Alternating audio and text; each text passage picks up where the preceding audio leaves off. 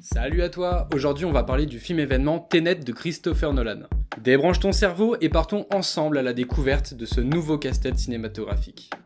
Bon, déjà Tenet c'est un film mêlant espionnage et science-fiction, un mix entre James Bond et Inception. Avant d'être une histoire, le film est basé sur un concept de renversement temporel qui implique que les actions que nous effectuons ne sont pas encore arrivées. En bref, nos protagonistes vont devoir déjouer un complot qui est déjà arrivé, mais en fait non, mais en fait si, enfin... Voilà à peu près tout ce que je pouvais te dire sur l'histoire. Pas de spoiler dans cette vidéo, de toute façon, je vois vraiment pas ce que je pourrais te spoiler tellement l'histoire est un petit peu confuse. C'est un film complexe à saisir dans son ensemble au premier visionnage. Je n'ai d'ailleurs à ce stade de la vidéo pas encore tout compris. Contrairement à Memento où la narration n'est pas linéaire et où le début est la fin et la fin est le début, Tenet mélange la narration linéaire avec la narration décousue. Ainsi, tout est fait pour nous décontenancer. Avant d'entrer dans des détails techniques, je dirais en globalité que j'ai plutôt apprécié cette expérience, mais que le voyage n'aura pas été aussi saisissant que je le pensais. Après tout, Christopher Nolan ne peut pas toujours tout révolutionner à chaque sortie de nouveau film.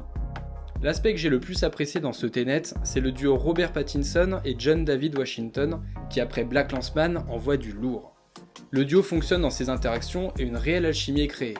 Pour les personnes qui ont encore un doute quant à la pertinence de Robert Pattinson en futur Batman, allez voir ce film.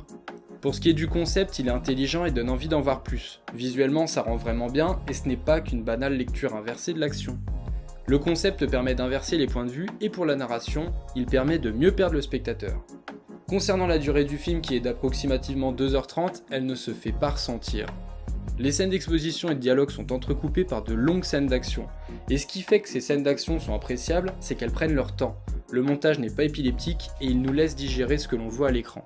Pour ce qui est de la musique, Hans Zimmer, qui est occupé actuellement sur la BO de Dune, a laissé place à Ludwig Göransson, qui était déjà à l'œuvre sur Creed et Black Panther. Et selon moi, la musique elle constitue à la fois un point fort, mais aussi un point faible pour ce film. Ici, la musique se veut plus électronique à certains moments et ça change de ce que l'on a l'habitude de voir dans les films de Nolan. Malheureusement, il n'y a aucun thème vraiment marquant qui en ressort, ou du moins, pendant les 2h30, j'ai eu l'impression d'entendre le même thème. Côté technique, Christopher Nolan continue sa course au grandiose en proposant du sans effets spéciaux. Ça se ressent car ça donne du réalisme et du palpable à la menace et à la tension qui règne. Toutefois, j'ai été assez déçu par la scène de l'avion qui explose. Cette scène a été une des arguments marketing du film pour avoir fait exploser un vrai avion, mais visuellement elle n'est pas aussi impressionnante que pouvait l'être la scène d'introduction de The Dark Knight Rises. Parlons du son à présent. Je ne sais pas si c'était mon cinéma qui était mal réglé ou le film, mais mon dieu que les basses grondaient. Au démarrage c'était agréable parce qu'après tout c'est pour du son immersif qu'on va au cinéma, mais après 5 bonnes minutes, qu'est-ce que ça devenait désagréable.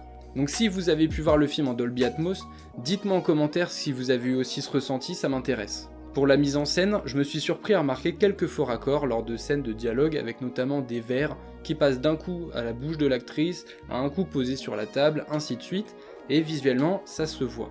C'est pas dérangeant en soi, mais connaissant le professionnalisme de Nolan, c'est quand même un peu étonnant. Oui, je tatillonne.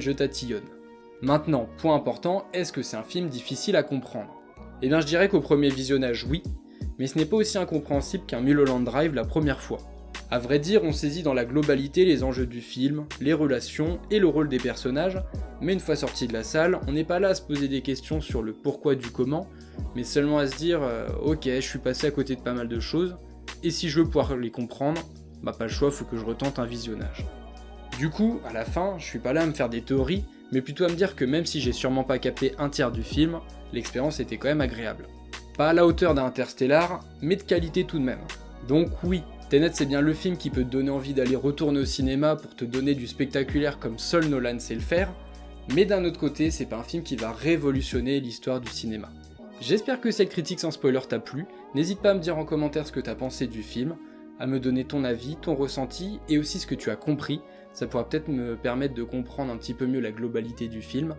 Sur ce, je te souhaite un bon visionnage des futures vidéos, et je te dis à bientôt, salut!